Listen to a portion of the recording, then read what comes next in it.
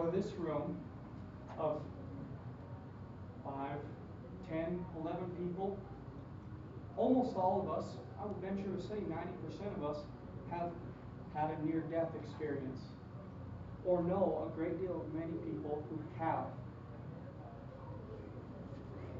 Purpose of this speech is to bring to fruition a great understanding for each and every one of you that if you have almost died and lived, if you are not doing something great, you are wasting that gift.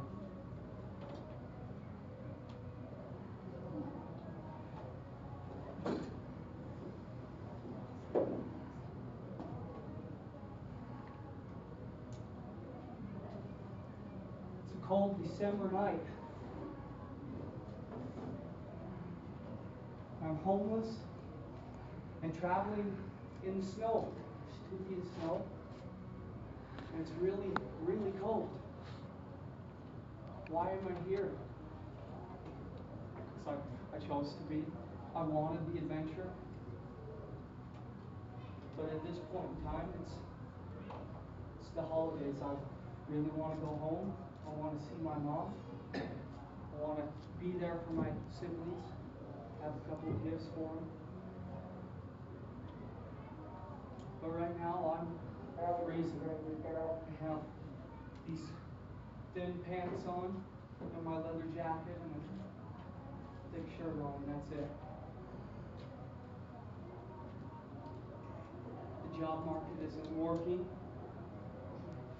And as I walk through the streets, not a door opens. I kind of felt ironic for the season. As I was pushing my shopping cart with my gear, I came across a gentleman, or a bum, whichever you like to call it. And now, from 15 feet away, I was startled when I saw this guy. He jumped off a Union Pacific Railroad train. He jumped off it. Oh, that's kind of a good idea. What a fantastic way to travel. Free. You know where it's going to end. So I thought. So I ran up to him. I said, "How long have you been traveling on a train?"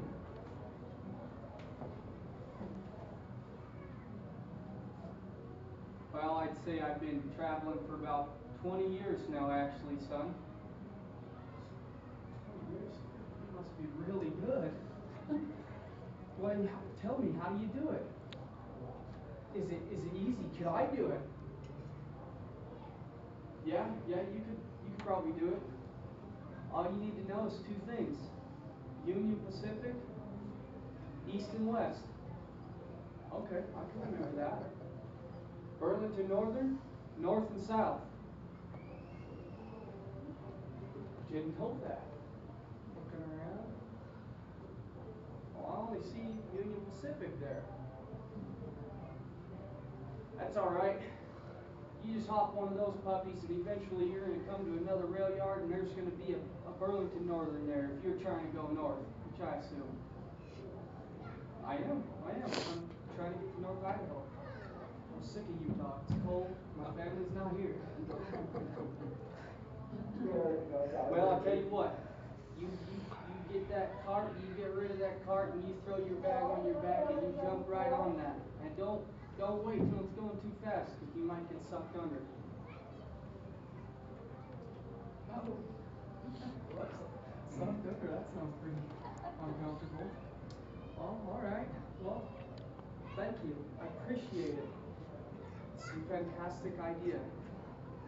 So, I gathered my gear up and strapped my little backpack on, and I waited, because all of them were stationary. Years later, I think back on that and I wonder, why did I wait when I could have gone on them easier at the time? They were stationary. The things you learn afterwards. Finally, one of them starts moving. Go over, and I leapt. Perfect success. My first try. Could have been my only had I not had a successful leap. Now, let me tell you something about trains. As we're building up to speed and moving along, I found myself in awe of something that I never, ever once, not once, realized in my life. Trains look so smooth. They look so comfortable when you see them just chugging along the tracks. Oh no. Super loud the whole time and slamming you around. I was absolutely astounded at how much movement and how loud and uncomfortable this trip was starting out to be. By this time, it's a little after 11 p.m. I'm painfully cold, and my little $1 cheeseburger the day before is probably long since gone. But I don't have any more food, and I drank the last of my water right before I jumped on that train. Now, they say that the old rumor about the railroads, or wives' tale as I consider it, is that no train hopper has ever been on a train that is derailed. It's my first time, but I consider myself a train hopper, so I think I'm set for that. Should be alright. Even though if we all know that if it does derail, they're not going to find you anyways. You're going to be in the dirt. But anyways, as I sat there freezing in the cold, I realized that I couldn't feel my body anymore. Good, I'm still safe.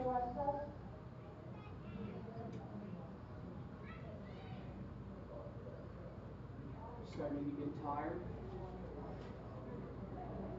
And meanwhile, I'm still getting jostled around. Then all of a sudden, a weird phenomenon happened. Getting really, really warm all of a sudden. I feel like I don't need my jacket on. I could probably take my shoes off even. I'm warm and tingly. I had heard from my preparation in scouting that when you are warm, you are ready to die if you fall asleep, if you're in a hypothermic state. So I immediately bundled back up and checked my time on my watch. And I had been on that train for 19 hours. It was dark again. And that train had never stopped, not once. I was done. And I uttered a heartfelt prayer. And I said, thy will be done. If I'm supposed to die here, I'm just going to hunker down. If I make it, I make it.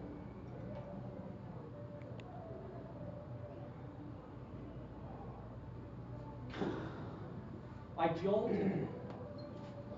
The second I stopped praying, I jolted to a start.